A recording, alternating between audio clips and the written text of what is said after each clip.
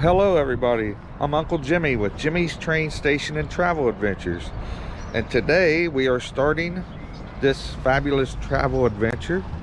We are in Annapolis, Maryland, where our story begins. We're standing in front of the Kunta Kinte Alex Haley Memorial. This is a memorial dedicated to Alex Haley in the Roots saga, the story of his ancestors.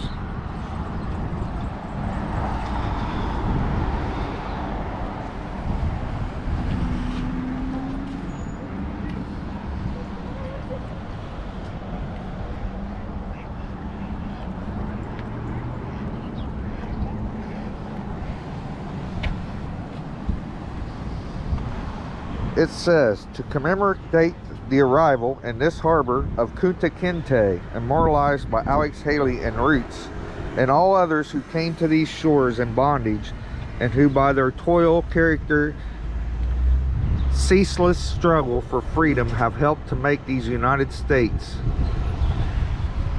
So I'm doing this film about equality and to bring us all together as all races. Imagine, if you would, if you was in your own country, going out in the woods and was captured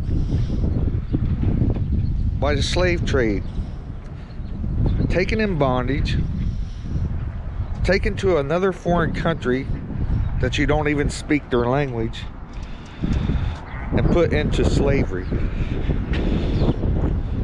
Forced to work for someone else, forced to be told when to sleep, when to eat, when to work, and never seeing your family again, and have to learn a whole new language. Sometimes we don't stop and realize this, of what it must have been like. We're going to go look at some other plaques. Before that, this is the exact harbor that Kunta Kinte arrived on a slave ship in the 1700s, which was Alex Haley's third great-grandfather.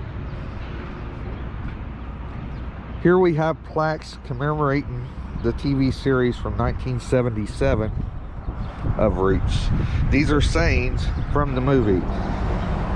You must hear me now with more than your ears.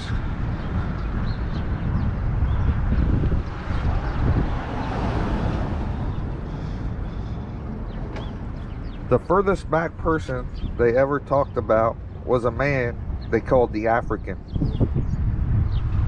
which was the great African Kunta Kinte. Share his pain. It says millions of Africans were stolen from their families and forced to endure the horrors of the Middle Passage and slavery. The New World was built largely on their labor of the subjugation of Native Americans and on indentured servitude of Europeans and Asians. Another quote from the movie: we all suffer. If a man's wise, he learns from it. The strength and perseverance of our ancestors, such as Kunta Kinte, teach universal lessons including survival through faith, strength through family, and wisdom through forgiveness. Behold, the only thing greater than yourself. Faith allows us to endure even the most bitter trials and tribulations through belief and faith. People are empowered to accomplish great things, if not for themselves, then for their children. Your sweet grandma and all of them, they're up there watching you. Knowing our family is knowing ourselves. Our values and traditions are forged through the struggles, heartache, pain, hopes, and dreams of our ancestors. When you clench your fist, no one can put anything in your hand, nor can you pick up anything. Knowledge of history can be the first step away from anger and bitterness. Truth leads to understanding. Understanding of forgiveness leads to reconciliation and healing.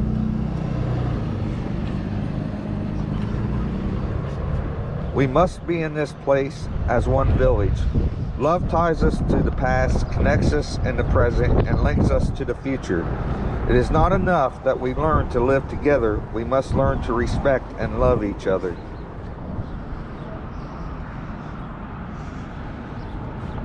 Things don't ever get better unless you make them better. In Roots, Alex Haley reminds us that only through individual efforts will this country overcome racial and ethnic anger, guilt, hatred, and fear, and remain a beacon of opportunity and hope for oppressed people around the world. Hear me. Though we are of different tribes and tongues, remember we are the same people. America's strength is its diversity. People come here from all over the world, bringing new energy and new dreams.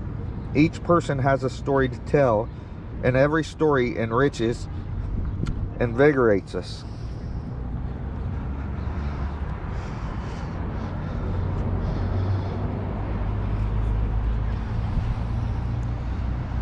A pathway to reconciliation and healing. So this is the bay, the area the slave ship came with Kunta Kinte. So this is where our story of Roots begins. Now, follow me as we continue in the footsteps of Kunta Kinte. We are now standing in the area of some land that belonged to John Waller, which was Kunta Kinte's plantation owner. About 1,000 acres, but off in the distance in that fenced in area is a cemetery, and that's the Waller family cemetery. So we'll stop one more place and I'll give you the history of Kunta Kinte. But this is part of the plantation in Spotsylvania County, Virginia. Now the original house is still standing way off there in the woods somewhere, but this is private property and I don't want to go tracking on private property, but the house is all decrepit and falling apart. So I'll give you the history at our next stop. Okay folks, we're on part of the plantation still of where Kunta Kinte was a slave, and I thought I'd give you this nice view of this waterway, and off in the distance way over past that fence is one of the main building structures of the plantation. And like I said, this was over 1,000 acres. It's spread out over 7 or 8 miles.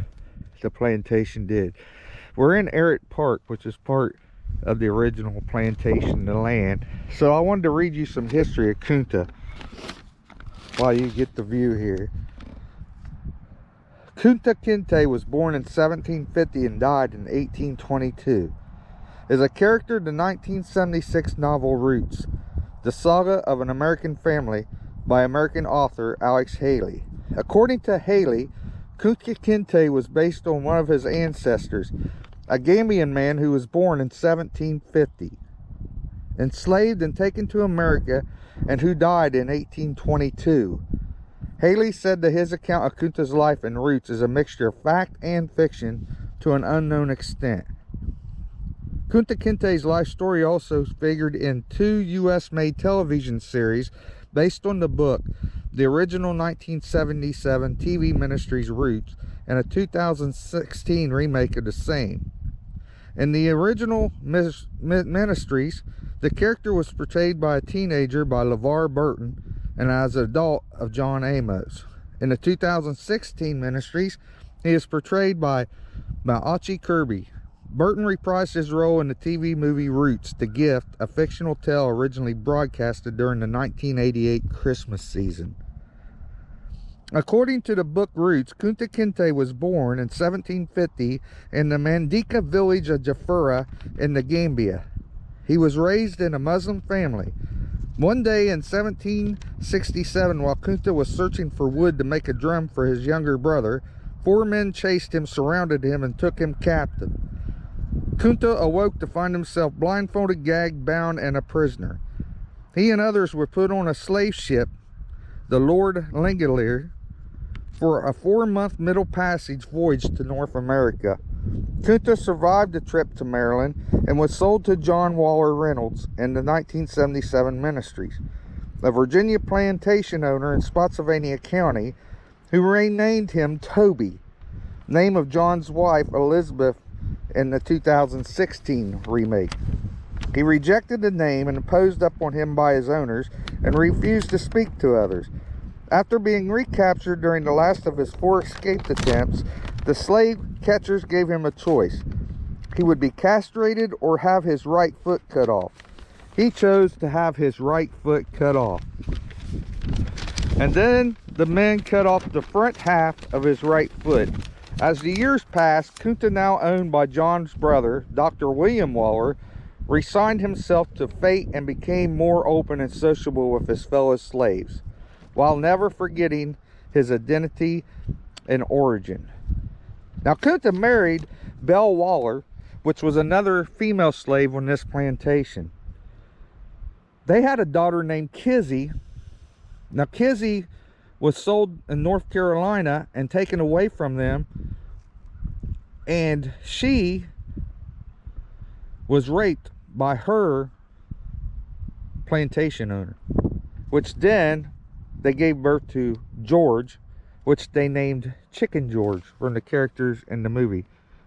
Now, Chicken George was finally given his freedom by his slave master on his deathbed, which was really his father. George then returned to that area and took his family, and they all settled in western Tennessee. That is where Chicken George is buried, and that's where Alex Haley's buried, the author of this series, and his family still resides there today. So our last and final stop will be where they think Kunta Kinte is actually buried. It's in a frisbee park near the second hole in the woods in an old slave cemetery. So follow me as we continue in the footsteps of Kunta Kinte. Well, hello everybody. We're at our last stop. We are still in Spotsylvania area, Spotsylvania County, Virginia, and this is our last stop. This is known as Lorella Park. It is now a picnic park and frisbee course.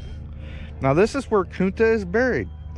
Now, the rumor has it that his owner from the last stop we was at sold him to his brother. This is his brother's plantation we're standing on. This is where he met his wife and had his daughter Kizzy. Now, we're going to stop to where they think Kunta is buried. Off in the distance, this white house is the original plantation home, which I will give you a closer view after we visit Kunta's grave. And then from there, we're going to go over to the tennis court parking lot, park, and go over to the edge of the woods where the plantation owner and his family is actually buried on this land. So if you follow me down this trail, we are going to go see the resting spot of Kunta Kinte, and I will show you when we get there. Okay folks, we are standing within this fenced area. Rumor has it, and there's a lot of history that shows it's probably true, that Kunta Kinte is buried somewhere within this fence line. This is believed to be the old slave cemetery. So he is buried here somewhere within this boundary, or close to it. And I'll read you this sign here. It says, "Going home to glory.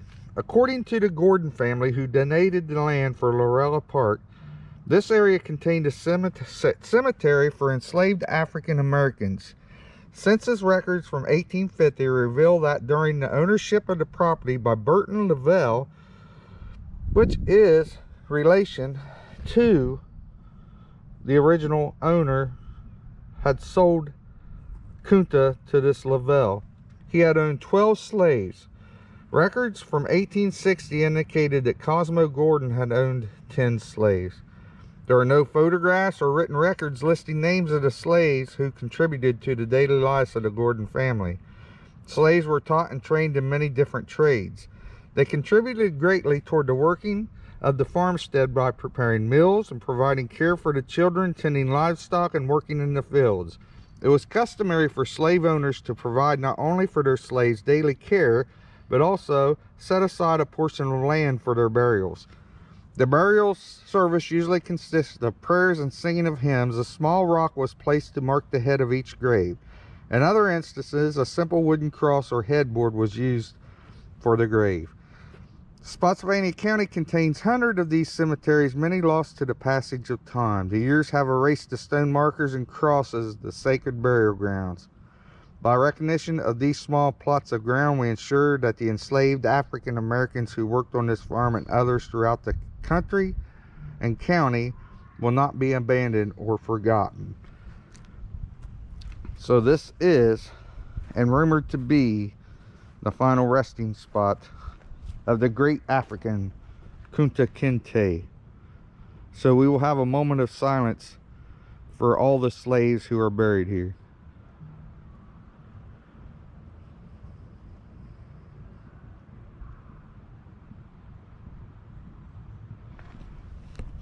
Okay, our next stop will be up here to give you a better view of the plantation home, and then we will go to the actual cemetery grounds of the plantation owner that owned Kunta Kinte.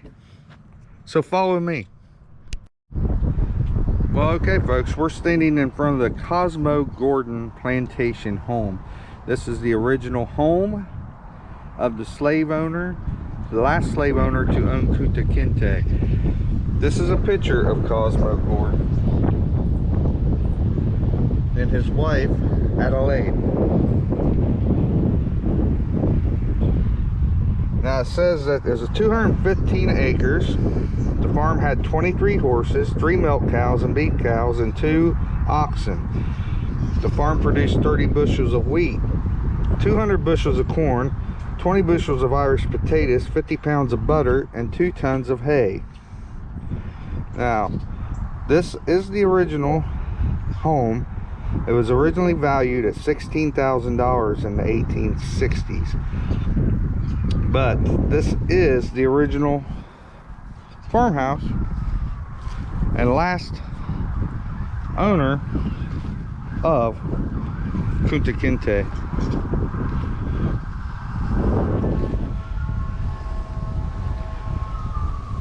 Is known as the Lorella Plantation. Off here by the tennis court in the woods will be our last stop, and that is the final resting place of the slave owner that owned this plantation and owned Kunta Kinte. So follow me as we walk in the footsteps of Kunta Kinte. Alright folks, we're at our last stop on this wonderful journey. This is the final family burying ground of the original second owner of Kunta Kinte, Cosmo, his wife Adelaide, along with their children George F. Gordon and his wife Margaret Beck Gordon, daughter Ella, which the headstone is missing, and son George Lamar Gordon, son Thomas Flannery Gordon, son Elliot, and Lewis Owens that cared for the Gordon family. So this is the gates and the final resting place of the family that owned Kunta Kinte. The tombstone to the far left and front is the gravestone of Cosmos Gordon, the owner of Kunta Kinte, and his wife right beside him. That is Thomas Gordon's grave right there, which was the son. And I was reading the sign. It was really tragic the way some of them died. One son died of burns and the other drowned. So tragic ending to this family. But this is the burial plot and site of the Gordon family, the last owners of Kunta Kinte. And this is our final stop on this wonderful journey. of rediscovering Kunta Kinte, the famous African, from the famous Alex Haley story Roots. If you haven't ever seen Roots, the original series from the 70s, I recommend watching it. It's a very good TV ministry of a struggle of a family getting their freedom. I filmed this because I want to end diversity. I want all races to become one and love each other. And that is my hopes and prayers, that we all get along and all lives matter and all races matter. And let's not forget our past so we don't repeat it in the present or the future. But this has been Uncle Jimmy with Jimmy's Train Station and Travel Adventures. I hope you've enjoyed this blog on Kunta Kinte and the story of Roots. In the meantime, go out there, enjoy life, and have your own travel adventures. Until next time, please subscribe to my channel if you haven't already. Hit the notification bell to let you know when there's new videos posted. Hit the like button, give it a thumbs up, and please feel free to leave comments and suggestions of things you'd like to see in the future. Till then, this has been Uncle Jimmy. Have your own adventures. Till next time, goodbye.